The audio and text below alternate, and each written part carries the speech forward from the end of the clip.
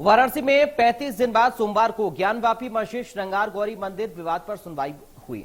इसमें आज मुस्लिम पक्ष ने अपनी दलीलें रखी।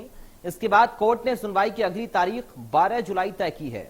जिला जज डॉक्टर अजय कुमार विशेष की अदालत में केस मेरिट पर सुना गया। सुनवाई से पहले हिंदू पक्ष ने भगवान काशी विश्वनाथ के दर्शन किए। उनके साथ वकील विष्णु शंकर जैन भी थे। उन्होंने कहा कि मुस्लिम पक्ष के अनुसार मामला चलने योग्य नहीं है, लेकिन हमने कहा है कि ये बनाए रखने योग्य है। वहां पूजा करने की हमारी मांग कानूनी रूप से मान्य है। इससे पहले 30 मई को मुस्लिम पक्ष ने केस को खारिज करने के लिए 39 पॉइंट पर दलीलें रखी थीं। इस बार आपत्ति के 52 बिंदुओं में से 51 बिंदुओं पर मुस्लिम पक्ष के अधिवक्ता ने अपनी दलीलें पेश की हैं। हालांकि कोर्ट ने छुट्टियों के चलते सुनवाई 4 जुलाई तक टाल दी थी।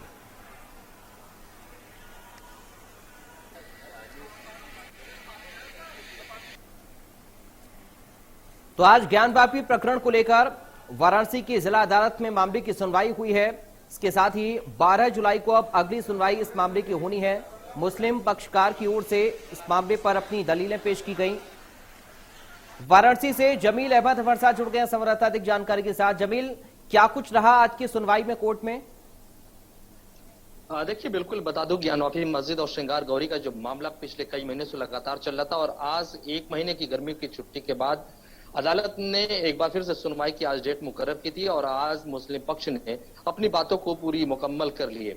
यानी कि 51 पॉइंट जो 711 के रूल है, उस पॉइंट को मुस्लिम पक्ष के अधिवक्ता अभयनाथ यादव एक एक लाइन बकायदा पढ़कर अदालत के सामने अपनी बात रखे। अगली तारीख जो मुकर्रर की गई वो 12 जुलाई को मुकर्रर की गई है। अब देखना होगा कि 12 जुलाई के मुस्लिम पक्ष के अधिवक्ता एक बार लीगल पॉइंट अपनी बातों को रखेंगे और उसके बाद फिर मुस्लिम पक्ष के सुनने के बाद जो हिंदू पक्ष के अधिवक्ता हरिशंकर जैन, विष्णु शंकर जैन, इन लोगों को सुना जाएगा। और उसके बाद जो मुस्लिम पक्ष की तरफ से बार बार ये कहा जा रहा है कि 1991 में जो प्लेसेस ऑफ वर्शिप एक्ट बनाए गए तो उसके हिसाब से अगर देखा जाए तो यानी कि मुकदमे जो योग्य नहीं है वो खारिज योग्य है। इसको लेकर वो आज अपनी बातों को रखें पूरी मुकम्मल के। अब अदालत को सुनने के बाद अदालत जब सुनेगा उसके बाद तय करेंगे कि क्या मुकदमे को चलाया जाए या फिर खारिज किया जाए। इसको लेकर अब आगे की प्रक्रिया अदालत के सामने है। जमील, ये हम समझ सकते हैं कि मुस्लिम पक्ष लगातार 1991 के वर्शिप एक्ट का जिक्र कर रहा है और इसको ये जो याचिकाएं डाली गई हैं इनको निराधार बता रहा है। देखिए, मुस्लिम पक्ष के पास एक बहुत बड़ा ये आधार है और शायद यही वजह है कि लगातार इस आधार को मानते हुए अदालत के सामने और सुप्रीम कोर्ट तक वो पहुंचे थे और कि वर्शिप एक्ट जो बनाया गया था 1947 में, 15 अगस्त 1947 में के बाद जो मंदिर और मस्जिद का जो मामला यथास्थिति बनी रहे।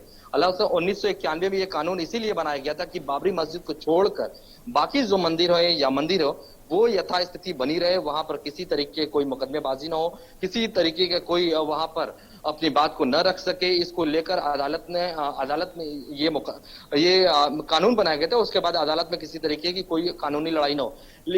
इसी को लेकर मुस्लिम पक्ष लगातार इस बात को कह रहा है कि जब कानून बनाए गए थे उस कानून को अगर पालन करना है तो फिर मुकदमे किस बात की। इसी को लेकर आज अदालत ने मुकम्मल अपनी बात को रखे हैं।